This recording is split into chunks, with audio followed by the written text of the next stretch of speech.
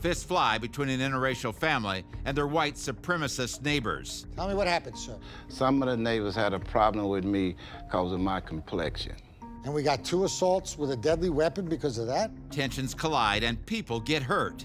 The sun is in my husband's face. With the shovel? With the shovel. So Samson came back out of the house. He defended his father against these 3 people that were assaulting my husband. How did you defend your father, Samson? I gave one sock. Where was the deadly weapon? Your hand is not a deadly weapon. Father and son each face 10 years in prison. You know, he's a good kid. He's never been in no trouble. Will this family be torn apart by prison? So what happened to the shovel and the lead pipe and all this stuff?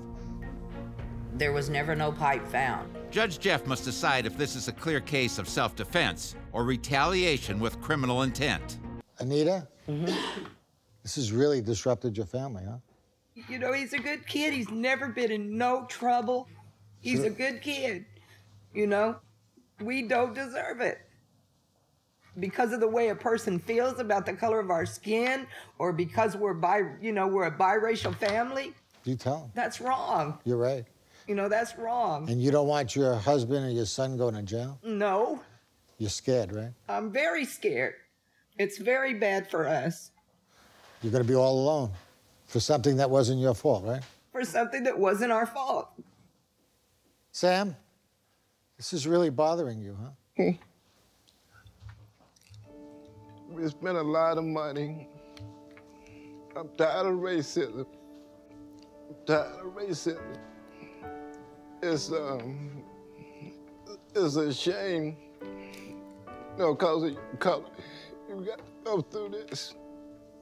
It's sad. You have a good wife. You know, we love each other. We've been together for 35 years. So this hurts you a lot. It hurts a lot. A whole lot. It's a clear case of self-defense and defense of others and just wrong people doing wrong things to good folks. So that's why we're defending them. So we hope you can help us, Your Honor.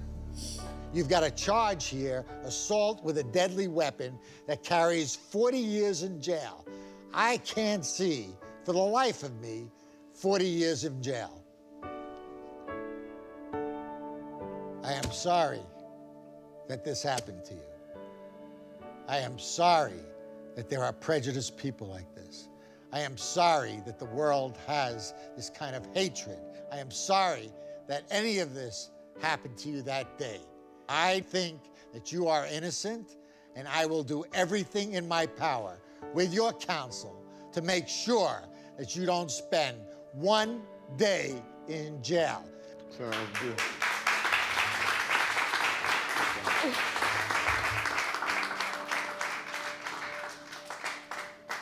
Case is dismissed. Go have a good life. We'll work it out, I promise you. Thank you. Sounds good. Thank you, Your Honor. Well, you carried us in broken dreams, like a mother does her sons. A.J. Thompson, an ex-bank robber, is charged with unlawful trespass of a correctional facility. On your rap sheet, you've got a prior for bank robbery, is that correct? Yes. Tell me about that. Times were rough, so I went along for the ride. You went along for what ride? A.J. was convicted of conspiracy to commit bank robbery. We were driving down the street, hop on the freeway. While we're on the freeway, we look back. It's about 30 or 40 police cars. You think you had a problem then, huh? 33 months in federal prison. As an ex-felon, A.J. is not allowed to visit a jail.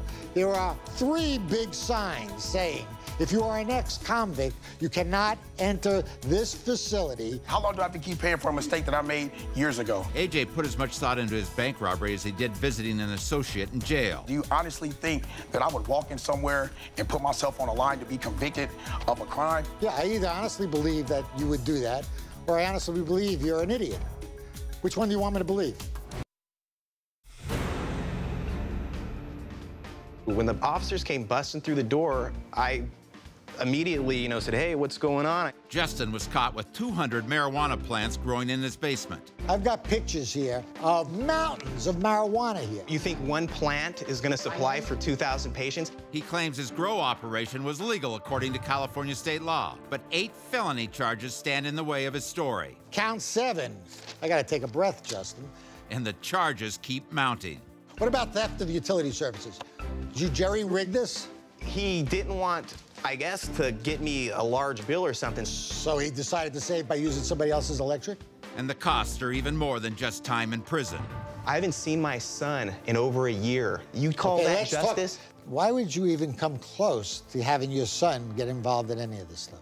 As the evidence piles on, Judge Jeff gets heated as Justin stubbornly maintains his innocence. None of your friends, not No. one, asked you, Because hey, they don't Justin, know can you about lay it. me out some dope? That's where the police manipulated that whole situation. My dog ate my homework, man. Everybody's responsible, but you. But the truth will be revealed when Justin is tested by a lie detector. This guy has more grow facilities than just me. I mean, if they want to go after somebody, go after him. Go after all the grow facilities. Justin, I'm not here to do the politics on it. I'm here to do your crime. What you are about to see are real people facing criminal charges in a court of law. Judge Jeff makes rulings in a pre-sentencing court that affect the outcome of these cases.